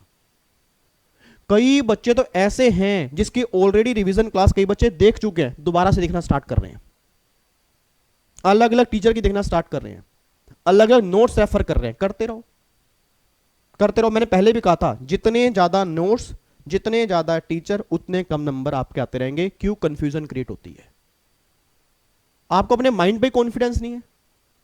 सर सिंपल सी बात है, जिस बच्चे ने स्टूडेंट दरबार सही तरह से देख लिए, बात खत्म। अब सिर्फ आपने रिवीजन करनी है, सेल्फ स्टडी करनी है, प्रैक्टिस करनी है आपने। ये नहीं सारा दिन यूट्यूब पे बैठे रहो, भाई नोटिफिकेशन आई फटाफट से भाग गए, नोटिफिकेशन आई फटाफट से भाग गए। आपको पता है कि हाँ भाई 7 बजे स्टूडेंट दरबार होना है, मुझे रिवीजन क्लास देखनी है, बात खत्म। कंपनी लोग की रिवीजन क्लास मुझे देखनी है, एक बार मैंने देख लिया, बात खत्म। ये थोड़ा कि हर टीचर की नोटिफिकेशन 20 टीचरों की आ रही है, 25 टीचरों की आ रही है, आपको उसमें जाके हाजिरी जरूर लगानी है। यस सर मैं आ चुका हूं, यस सर मैं आ चुका हूं। जो चीज आप देख भी चुके हो वो दोबारा क्यों देखनी है यार? टाइम वेस्ट करना है क्या? तभी तो टाइम नहीं बचता आपका। तो रीजन, सबसे बड़ा रीजन क्या है? अमेंडमेंट क्लास नहीं आप अच्छे से देखते। बच्चा कहता है मैराथन में ही देख लूंगा, सर उसमें बहुत बड़ी दिक्कत होती है, वहां डिटेल में नहीं हो पाती। और सेकंड सबसे बड़ी रीजन, सेकंड सबसे बड़ा क्या होता है कि बच्चा सिर्फ रिकॉल करता रहता है, लिखने की प्रैक्टिस ही नहीं करता। चलो मेरे टेक्स्ट में तो गोले भरने हैं, मेरे में गोले भरने हैं, कंपनी लो हो गया, सेटिंग अप हो गया, सिक्योरिटी लो हो गया, ईबीसीएल होगा, बच्चे के हाथ ही नहीं चलते। एग्जाम में क्वेश्चन आ जाए, एग्जाम में क्या टेस्ट सीरीज कोई बच्चा दे रहा हो या टेस्ट पेपर कोई दे रहा हो, बच्चे के हाथ ही नहीं चलते साहब। बच्चा लिखना स्टार्ट करता है, हाथ वहीं रुक जाता है। अब जब हाथ ही वहीं रुक गया, यही नहीं पता आंसर क्या लिखना है, नंबर कैसे आएंगे? बच्चा टाइम लगाता जा रहा है पढ़ने पे, रिवीजन क्लास पे टाइम लगाता जा रहा है, लिखने पे टाइम लगाओ, लिखने पे टाइम लगाओगे तो नंबर मिलेंगे। तो मैं कुछ बातें आपको बहुत जल्दी बताऊंगा, बहुत जल्दी एक वीडियो लेके आऊंगा जिसमें आपको बताऊंगा कि ये रीजन होते हैं फेल होने के। अगर आप फेल होने से बचना चाहते हो, इस अटेम्प्ट के अंदर निकालना चाहते हो, ये सारे रीजन आपको बाहर निकालने पड़ेंगे जी।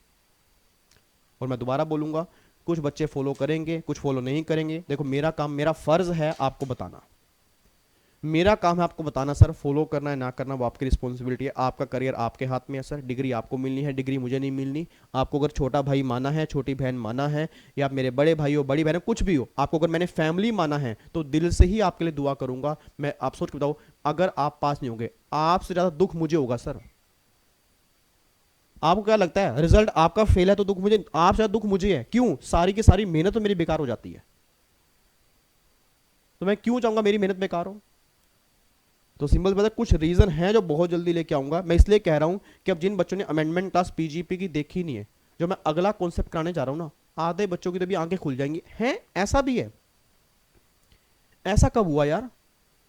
मैंने तो नहीं पढ़ा ऐसा यार। अब पता क्यों? क्योंकि अमेंडमेंट क्लास तो देखी नहीं, सीधा रिवीजन क्लास देखने के लिए आ गए। इधर सुना, मैं ध्यान से कहना क्या चाह रहा हूं। अब यहां पे सुनो जी, 3511 और 3514 ये आपने देख लिया। इसके बाद ना एक सेक्शन है 3512। 3512 अगर आप डोनेशन देते हो किसी स्पेसिफाइड इंस्टीट्यूट को, यूनिवर्सिटी को, कॉलेज को, जो आपके बिजनेस के लिए रिसर्च करते हैं और या दूसरे पर्पस के लिए रिसर्च करते हैं, जनरल पब्लिक के लिए रिसर्च करती हैं, तो गवर्नमेंट कह रही है उसमें आप डोनेशन दोगे तो डिडक्शन मिलेगी 100% की। पहले यहां पे 150% थी, अब 100% हो चुकी है।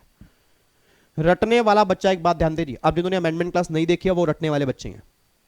रटने वाला बच्चा एक बात ध्यान दे, जहां जहां आपने नोटबुक में 150% करा हुआ है, अब हर जगह 100% कर लो। जहां जहां आपने नोटबुक में 150% करा हुआ है, अब हर जगह 100% कर लो, क्योंकि अब लिमिट जो है, अब लिमिट आपकी 100% हो चुकी है। बस ये बात ध्यान देना चाहिए। अब जो लिमिट है, लिमिट आपकी 100% हो चुकी है हर जगह। जहां 150% थी, अपने आप जहां पे नोट्स आपके पास होंगे, किसी भी टीचर के होंगे, मेरे होंगे, कटिंग करके वहां पे 100% कर लेना। एक बार चेक करो री, 3512 डोनेशन अगर दिया स्पेसिफाइड इंस्टीट्यूट को, डिडक्शन कितनी मिलेगी? 100%। 3512 अगर आपने किसी इंडियन कंपनी को अमाउंट पे किया है जो आपके बिजनेस के लिए रिसर्च करती है, तो गवर्नमेंट कह रहे जितना आप अमाउंट पे करोगे उसकी 100% की आप डिडक्शन क्लेम कर सकते हो। 3512 के अंदर लिखा हो, और पहले भी 100% थी, आज भी 100% है। मेरा पूरी क्लास का क्वेश्चन है, आपने डोनेशन दी है किसी ऐसे रिसर्च इंस्टीट्यूट को, किसी ऐसी एजेंसी को, यूनिवर्सिटी को, कॉलेज को जो रिसर्च कर रही है सोशल साइंस या स्टैटिस्टिकल रिसर्च। अब बच्चा कहता है सर ये सोशल साइंस और ये स्टैटिस्टिकल रिसर्च क्या होता है? याद करो, आपके घरों में जनगणना वाले आते होंगे। आपके घर में कितने लोग रहते हैं जी, कितने गर्ल्स हैं, कितने बॉयज़ हैं, एजुकेशन कितनी है, पढ़े लिखे कितने हैं, इतना ये क्लियर कितने किया, वो सारी बातें पूछ के जाते होंगे। ये क्या कर रहे हैं? ये स्टैट इकट्ठा कर रहे हैं कि कहाँ पे एजुकेशन ज़्यादा है, कहाँ एजुकेशन कम है, कहाँ मैन ज़्यादा है, कहाँ वुमेन ज़्यादा है, कहाँ पढ़े लिखे लोग ज़्यादा हैं, कहाँ पढ़े लिखे लोग ज़्यादा नहीं हैं। ये सारा स्टैट इकट्ठा कर रहे हैं। इनको डोनेशन कौन देता होगा? बिजनेसमैन देते होंगे। अब पहले यहाँ पे डिडक्शन मिलती थी, अब गवर्नमेंट कहते कितनी मिलेगी? 100% मिलेगी। पहले यहाँ पे एक जमाने में 125 थी, अब 100% ही है। तो अगर आपने रिसर्च किया सोशल साइंस और स्टैटिस्टिकल तो आप डिडक्शन क्लेम कर सकते हो 100% की। ये बात ध्यान देना जी। अब मुझे फटाफट से बोल दो, 3511 लिमिट बोलते रहो। 3511 रिवेन्यू खर्चा साइंटिफिक रिसर्च 100%। 3512 डोनेशन दी है स्पेसिफाइड इंस्टीट्यूट को, कितनी मिलेगी डिडक्शन? 100%।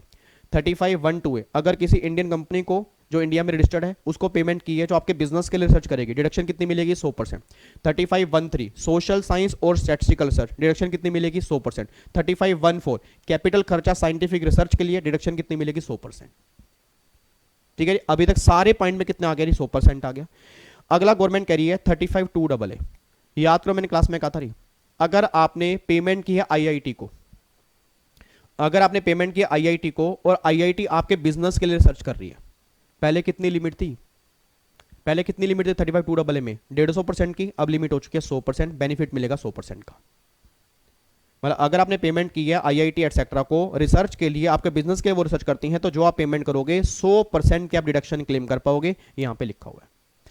अगर कोई कंपनी, ध्यान सुनो, अगर कोई कंपनी इन हाउस रिसर्च कर रही है एक्सेप्ट जो आपके नेगेटिव गुड्स होते हैं, जो आपके नेगेटिव गुड्स होते हैं उनको छोड़ के, आपको ये रिसर्च नहीं करनी शराब कैसे बनती है, बियर कैसे बनती है, टबैको कैसे बनता है। गवर्नमेंट कह रही है ऐसी रिसर्च करनी है जो पब्लिक के वेलफेयर में है, जो इकोनॉमी के वेलफेयर में। एक बात मुझे बताओ, आज जो वैक्सीन है, एक बात बताओ, आज जो कोवैक्सीन है, कोवैक्सीन इंडिया में बनाई गई है? कोविशील्ड और जो कई वैक्सीन है वो डॉक्टर रेड्डी लैब जो है उसके पास फॉर्मूला है, वैक्सीन बना रही है। अब वो सारी कंपनी जो कोवैक्सीन है उस कंपनी ने क्या किया है? इंडिया में इन हाउस रिसर्च की है। उस कंपनी ने क्या किया? इंडिया में इन हाउस रिसर्च की है ना। अब जो इन हाउस रिसर्च की है, उस इन हाउस रिसर्च करने पर जो भी खर्चा किया होगा कितना क्लेम करेगी? 100%। 35(2)(ab) के अंदर आपने शायद कंपनी के नाम सुने होंगे, नहीं, डॉक्टर रेड्डी लैब, सिप्ला, रेनबैक्सी। अब डॉक्टर रेड्डी लैब हो गया, सिप्ला हो गया, रेनबैक्सी हो गया, ये तीनों कंपनी ऐसी हैं जो इंडिया में इन हाउस रिसर्च करती हैं। आज चेक करो, कोरोना के अंदर सिप्ला कंपनी के कितने सारे इंजेक्शन आए हैं, कितनी सारी मेडिसिन आई हैं। ये सारी मेडिसिन बनाने वाली कौन है? सिप्ला। ये सब कंपनी इन हाउस रिसर्च कर रही है। कहां क्लेम करती हैं? 35(2)(ab) के अंदर।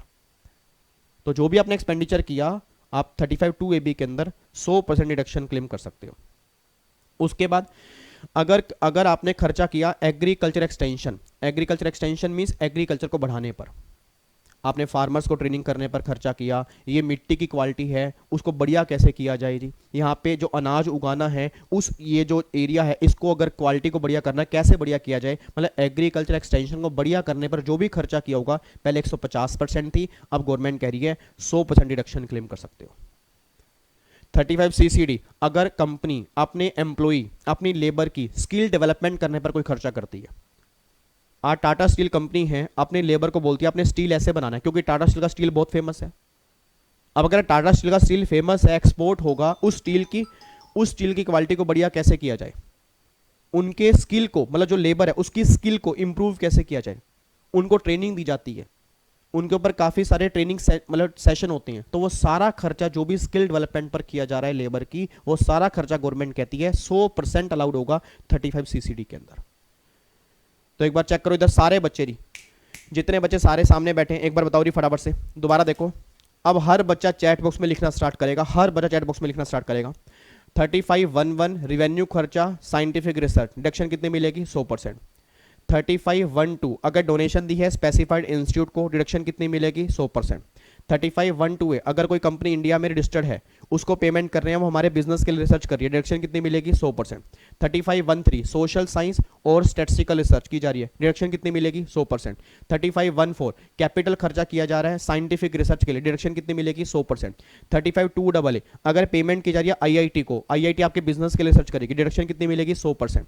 अगर कोई कंपनी इन हाउस रिसर्च कर रही है, इन हाउस रिसर्च करने पर जो भी खर्चा करेगी, डिडक्शन कितनी मिलेगी? 100%।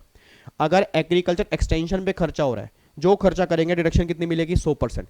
अगर स्किल डेवलपमेंट पे खर्चा हो रहा है तो कंपनी डिडक्शन कितनी क्लेम करेगी? 100%। 35 सीसीडी ये बात कहते हैं, ठीक है। अब हर केस में रटने वाला बच्चा बस ये बात ध्यान दे, जब भी क्वेश्चन सेक्शन 35 का बनेगा, अब लिमिट आपकी 100% की होगी, बस ये बात ध्यान देना।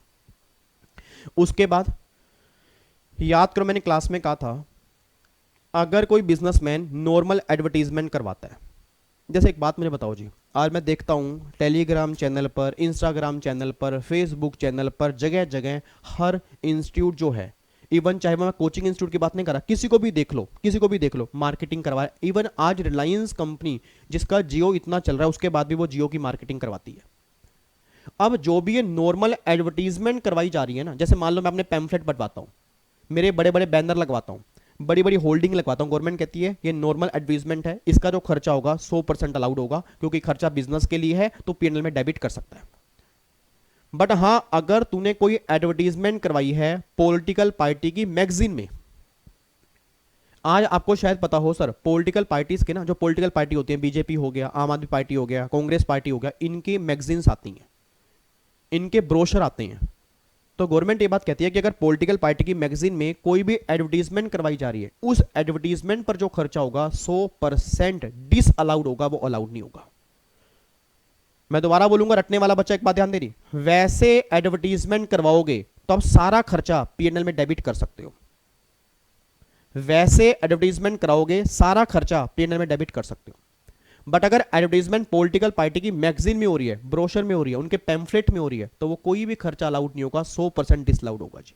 एक बार चेक करना क्या लिखा है, expenditure on advertisement in the magazine of A political party, तो डिसअलाउड है। डिसअलाउड का मतलब क्या है कि अगर ये खर्चा पीएनएल में डेबिट किया हुआ है, इसको वहां से हटाओ, और अगर डेबिट नहीं किया हुआ तो डेबिट नहीं होगा, बस ये बात ध्यान देना। मैं दोबारा बोल रहा हूं, डिसअलाउड का मतलब ये है कि अगर डेबिट किया हुआ है, अकाउंट्स वालों ने डेबिट किया हुआ है, बट इनकम टैक्स में डेबिट नहीं होना चाहिए था, उसके प्रॉफिट में ऐड कर दोगे, ठीक है। और अगर अदर इंफॉर्मेशन में दी है, उन्होंने डेबिट नहीं किया, हमें भी डेबिट नहीं करना, फिर कोई ट्रीटमेंट नहीं करेंगे, क्योंकि ये खर्चा गवर्नमेंट के लिए डिसअलाउड है, ये खर्चा इनकम टैक्स में अलाउड नहीं है। हाँ, वैसे अगर पीएनएल के डेबिट में लिखा है एडवर्टीजमेंट एक्सपेंडिचर, नॉर्मल लिखा है, पॉलिटिकल पार्टी के बारे में कुछ नहीं कहा, डेबिट रहने दो, क्योंकि डेबिट हो सकता है। बट अगर वो एडवर्टीजमेंट पॉलिटिकल पार्टी की मैगजीन में है तो 100% डिसअलाउड होगा, फिर जो प्रॉफिट हम ले रखे होंगे उसमें ऐड करके दिखाना पड़ेगा, और अगर डेबिट ही नहीं किया तो मैं डेबिट करके दिखाना भी नहीं है। That is 37(2)(b). ओके है जी। उसके बाद फिर एक सेक्शन है 35(d)(d). एक बात मुझे बताओ, अगर किसी कंपनी का अमलगामेशन हो रहा है, अगर किसी कंपनी का अमलगामेशन है, मान लो रिलायंस पेट्रोलियम लिमिटेड, रिलायंस इंडस्ट्री लिमिटेड में अमलगामेट हो रही है। अब सोच समझ के बोला, अगर किसी कंपनी का अमलगामेशन होगा तो क्या अमलगामेशन में काफ़ी सारे खर्चे होंगे? नहीं होंगे, काफ़ी सारे खर्चे होते हैं। याद करो, अगर कंपनी का अमलगामेशन होगा तो अमलगामेटिंग कंपनी, अमलगामेटेड कंपनी, दोनों के खर्चे होंगे। तो गवर्नमेंट कह रही है जो भी अमलगामेशन के टाइम पर खर्चे होते हैं सारे खर्चे अलाउड करेंगे, बट सारे एक साथ नहीं, 5 इक्वल इंस्टॉलमेंट के अंदर। देखो यहाँ पे क्या लिखा हुआ है, expenditure related to amalgamation allowed in 5 equal installment, allowed in 5 equal. इसका मतलब क्या है, एग्जाम में क्वेश्चन बन गया जी, एग्जाम में क्वेश्चन बन गया, अमलगामेशन वाले खर्चे, रिलेटेड खर्चे 10 लाख रुपए के हैं, तो क्या वो 10 के 10 लाख रुपए एक साल में अलाउड होंगे? आंसर इज नो, 2-2 लाख रुपए हर साल में अलाउड करने हैं, बस ये बात ध्यान देना। 2-2 लाख रुपए हर साल अलाउड करोगे, मतलब अमलगामेशन वाले खर्चे 35(d)(d) कहता है कि 5 इक्वल इंस्टॉलमेंट के अंदर अलाउड करोगे, मतलब हर साल 2 लाख रुपए डेबिट कर लो, हमें कोई दिक्कत नहीं है जी। ये गवर्नमेंट ये बात कहना चाह रही है। और एक लास्ट में है 35(d)(d)(a), अगर एक्सपेंडिचर रिलेटेड टू VRS, कोई बताएगा VRS क्या होता है? जिन्होंने सैलरी का चैप्टर पढ़ा है बताओ फटाफट से, VRS क्या होता है? चैट बॉक्स में लिख के बताओ। VRS means voluntary retirement scheme, voluntary retirement compensation. एक बात मुझे बताना चाहिए, मैं एम्प्लॉयर हूं, आप मेरे एम्प्लॉई हो। हेलो, इधर देखो ध्यान से, बस 5 मिनट की बात हो रहा है, सामने देखो नालायक, मेरा बच्चा, मेरा नोनू, मेरे इधर आओ, हाँ मेरा बच्चा, मेरा नोनू, मेरा सोनू, इधर आओ, इधर आओ नालायक। एक बात मैं सोच के बताओ जी, अगर एम्प्लॉयर मैं हूं, आप मेरे एम्प्लॉय हो, मैंने आपको वीआरएस दिया। अब अगर मैंने आपको वीआरएस दिया, आपके हाथ में इनकम है, मेरे हाथ में खर्चा है। याद करो सैलरी के चैप्टर के रिवीजन मैंने कहा था कि एम्प्लॉय के हाथ में ट्रीटमेंट करेंगे सैलरी में, एम्प्लॉयर के हाथ में ट्रीटमेंट होगा पीजीपी के अंदर। अब अगर मैंने आपको वीआरएस दिया, आपके हाथ में इनकम है, मेरे हाथ में खर्चा है, तो मेरे हाथ में उस खर्चे का ट्रीटमेंट क्या होगा? गवर्नमेंट कहती है अलाउड होगा 5 इक्वल इंस्टॉलमेंट में, अलाउड होगा 5 इक्वल इंस्टॉलमेंट। देखो क्या लिखा है, expenditure related to VRS allowed in 5 equal installment in hands of employer. Employee नहीं जी, क्योंकि एम्प्लॉय के हाथ में तो इनकम है, जिसके हाथ में खर्चा है डिडक्शन उसको मिलेगी। 35 डीडीए एम्प्लॉयर के हाथ में एप्लीकेबल होगा, एम्प्लॉय के हाथ में एप्लीकेबल नहीं होगा। ठीक है, तो ये प्रोविजन है सेक्शन 35 के। ठीक है, आज हम यहीं तक करेंगे, ज़्यादा नहीं करेंगे। एक बार फटाफट से मैं चाहता हूँ 2 मिनट के अंदर फटाफट से ये रिवीजन करें, परसेंटेज क्या क्या मैंने बोली हैं। फिर एक क्वेश्चन दूंगा एसएलएम मेथड वाला, आप वो घर से करके आओगे। फिर अगली क्लास में जो बैलेंस प्रोविजन उसको हम थोड़ा थोड़ा करना स्टार्ट करेंगे। ठीक है, लो जी फटाफट से अब सारे बच्चे नोट्स आपने बंद करके बैठ जाएं जी, अपना ध्यान रखें यहाँ पे। अब सुना ध्यान से, फटाफट से बताओ सेक्शन नंबर स्टार्ट हमने कौन सा किया था? 35 में क्या था? 35(1)(1) में क्या लिखा कि अगर कोई मेरा बिजनेस साइंटिफिक रिसर्च का उसके लिए कोई रिवेन्यू खर्चा किया है तो 100% अलाउड होगा। बिजनेस कमेंसमेंट से पहले किया है, 3 साल पहले के 2 खर्चे कौन कौन से, मटेरियल और सैलरी परक्यूसिटी को छोड़ के, वो भी आपके 100% अलाउड है। 35(1)(2) अगर आपने डोनेशन दिया स्पेसिफाइड इंस्टीट्यूट को, उस केस में डिडक्शन मिलेगी 100% की। 35(1)(2) अगर कोई कंपनी है उसको पेमेंट कर रहे हैं, वो हमारे बिजनेस के लिए रिसर्च करेगी, डिडक्शन कितनी मिलेगी? 100% की। 35(1)(3) अगर डोनेशन दी है, वो इंस्टीट्यूट रिसर्च कर रहा है सोशल साइंस या स्टैटिस्टिकल रिसर्च, डिडक्शन कितनी मिलेगी? 100%। 35(1)(4) अगर कोई कैपिटल खर्चा है साइंटिफिक रिसर्च वाले बिजनेस में, 3 साल पहले के और बिजनेस कमेंसमेंट के बाद के सारे खर्चे लैंड को छोड़ के 100% अलाउड होंगे, डेप्रीसिएशन क्लेम नहीं कर सकते। क्यों? आपको खर्चा 100% अलाउड हो गया। 35(2)(a) अगर पेमेंट किया आईआईटी को, आईआईटी हमारे बिजनेस के लिए रिसर्च करेगी, डिडक्शन मिलेगी 100%। 35(2)(a) भी अगर कोई कंपनी इन हाउस रिसर्च कर रही है, उस इन हाउस रिसर्च करने पर जो भी खर्चा होगा डिडक्शन क्लेम करेगी 100%। 35(CCC) एग्रीकल्चर एक्सटेंशन जो खर्चा करोगे डिडक्शन कितनी मिलेगी? 100%। 35(CCD) स्किल डेवलपमेंट पर जो खर्चा करोगे डिडक्शन कितनी मिलेगी? 100%। उसके बाद 37(2)(b) अगर एडवर्टीजमेंट करवाई है पॉलिटिकल पार्टी की मैगजीन में, अलाउड या डिसअलाउड? डिसअलाउड। 35(DD) अगर अमलगामेशन के टाइम पर खर्चे हो रहे हैं, अलाउड है 5 इक्वल इंस्टॉलमेंट के अंदर। और अगर खर्चे वीआरएस के हैं, एम्प्लॉयर को डिडक्शन मिलेगी 5 इक्वल इंस्टॉलमेंट 35(DD)। ये सारी बातें हमने की हैं। बच्चा कह रहा है सर रट लिया, सर रट लिया, हर केस में डिडक्शन मिलेगी 100%। अब 150% की कोई भी लिमिट नहीं है, बस ये बात ध्यान देना चाहिए। ठीक है, आओ जी अब एक ना होमवर्क लिखो जो आपने घर से करके आना है। देखो ये अमेंडमेंट क्लास के अंदर मैंने करवाया था जी, ये मैंने अमेंडमेंट क्लास के अंदर करवाया था। एक बार अमेंडमेंट क्लास देख लेना मेरे बच्चों, मेरे नोनू मेरे सोनू, जो बच्चे बिना अमेंडमेंट क्लास के बैठे हैं, आप अगर देख लोगे आपका बहुत भला हो जाएगा। ठीक है, आपका फ़ायदा ही होगा सर, नुकसान नहीं होगा, इतना मुझे पता है। लिखो यहाँ पे एक एग्जाम्पल लिखो जो घर से करके आना है अपने। ये है Tata power limited,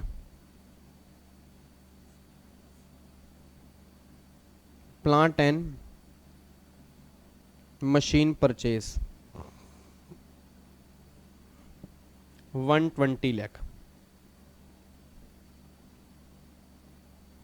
opt SLM method, rate of depreciation 10%, asset sold after 7 year. आपने एसेट बेच दिया 7 साल के बाद, सेल प्राइस केस 1, आपने एसेट बेच दिया 7 साल के बाद, सेल प्राइस आपका है 20 लाख। केस 2, सेल प्राइस आपका है 70 लाख। केस 3, सेल प्राइस आपका है 150 लाख। ठीक है, आपको बताना है पीजीपीपी की इनकम कितनी आएगी, टर्मिनल डेप्रिसिएशन कितना आएगा, बैलेंसिंग चार्ज मतलब वही बिजनेस की इनकम कितनी आएगी, और कैपिटल गेन कितना आएगा। ठीक है, ये सारी बातें अपने घर से करके आनी है ताकि मुझे पता लगे कि आप एसएलएम वाले किस में क्या कलाकारी करके आते हो। मुझे उम्मीद है काफ़ी सारे बच्चे गलती करके आएंगे, जिन्होंने प्रोविज़न ध्यान से नहीं पढ़ा होगा, जिन्होंने ध्यान से पढ़ा होगा वो सारे बच्चे सही करके आएंगे जी। ये आपने घर से क्वेश्चन करके आना है जी। अब इसको क्वेश्चन आपने आंसर चैट कमेंट बॉक्स में सबने देना है जी। कमेंट बॉक्स में सारे बच्चे आंसर देंगे। ठीक है, मुलाकात करेंगे वेनेसडे को पीजीपी की रिवीजन क्लास के साथ, और अभी मुलाकात करेंगे 10 बजे अप्रोक्सीमेट 1.5 घंटे के बाद जी। 10 बजे सारे बच्चे लाइव आ जाएंगे, 10 से लेके 11 बजे तक, एग्जैक्ट 11 बजे हम सेशन ओवर कर देंगे। बुक उससे पहले डाउनलोड कर लेना जी, फटाफट से एप्लीकेशन पे जाना, वहाँ से डाउनलोड कर लेना। और जिन जिन बच्चों से डाउनलोड नहीं हो रही, कोशिश करूँगा मैं उसको अपनी वेबसाइट पे या टेलीग्राम पे डाल दूँ, बट अभी ना तो वेबसाइट पे है, अभी ना ही टेलीग्राम पे है। अभी आपको एप्लीकेशन पे जाना पड़ेगा, उसको डाउनलोड करना पड़ेगा जी, और वहाँ पे एक लिंक दिया होगा, वो लिखा होगा कि इसको आप टाइप कर दो, तो ब्राउज़र में उस लिंक को टाइप कर लेना, एज इट इज़ टाइप करना, वो बुक आपकी डाउनलोड हो जाएगी। ठीक है री, और अच्छे से रिव्यूज़ भी दे देना नालायकों, उस पर प्ले स्टोर पर जो एप्लीकेशन है, आपके भाई की एप्लीकेशन अभी तक मतलब वो नहीं आ रही, सर्च करने पर अच्छे से ऊपर आनी चाहिए। ठीक है, कम से कम उसको काफ़ी मतलब पूरी की पूरी फैमिली उसको डाउनलोड करे, ताकि मुझे प्राउड फील हो कि देखो मेरी फैमिली कितना प्यार करती है। ठीक है, चलो फिर मिलेंगे 10 बजे लाइव यूट्यूब पे। आज हमारा डाउट सेशन नहीं है, डाउट सेशन बहुत जल्दी अनाउंस करूंगा कि कब से हम दोबारा स्टार्ट करेंगे। और ध्यान रखना, अब हमारी 11 तारीख से, वैसे भी आज हमारी 7 तारीख तो हो गई है, तो 7, 8, 9, 10 3 दिन के बाद तो वैसे हमारी नई सीरीज स्टार्ट हो रही है 8:30 बजे, 27 मिनट 7 कॉन्सेप्ट। 27 मिनट 7 कॉन्सेप्ट वो हमारी सीरीज चलेगी मंडे, वेनेसडे और फ्राइडे को। तो कोशिश करेंगे डाउट सेशन जो लेके चलेंगे वो चलेंगे टीटीएस में।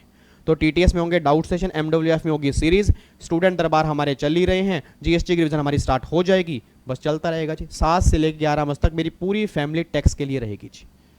ठीक है, चलो जी, फिर बाकी मुलाकात करेंगे नेक्स्ट क्लास में, सेम टाइम सेम जगह। ओके जी, bye bye, tata, thank you so much, जय हिंद। मुलाकात करते हैं 10 बजे, bye bye, take care, God bless you, God bless you. और ठोक देना लाइक जी, ठोक देना। और किसी ने सोना नहीं है नालायकों, अगर कोई सो गया ना फिर देख लेना, अगर जब तक मैं नहीं सोऊंगा तो आप क्या सो सकते हो। सारे बच्चे यहाँ पे लाइव प्रेजेंट रहेंगे, हाजिरी लगाएंगे और जीएसटी की रिवीजन करेंगे चैप्टर नंबर 1 से। ठीक है, बाय बाय जी, वंस अगेन, जय हिंद, लव यू सो मच जी, बाय बाय।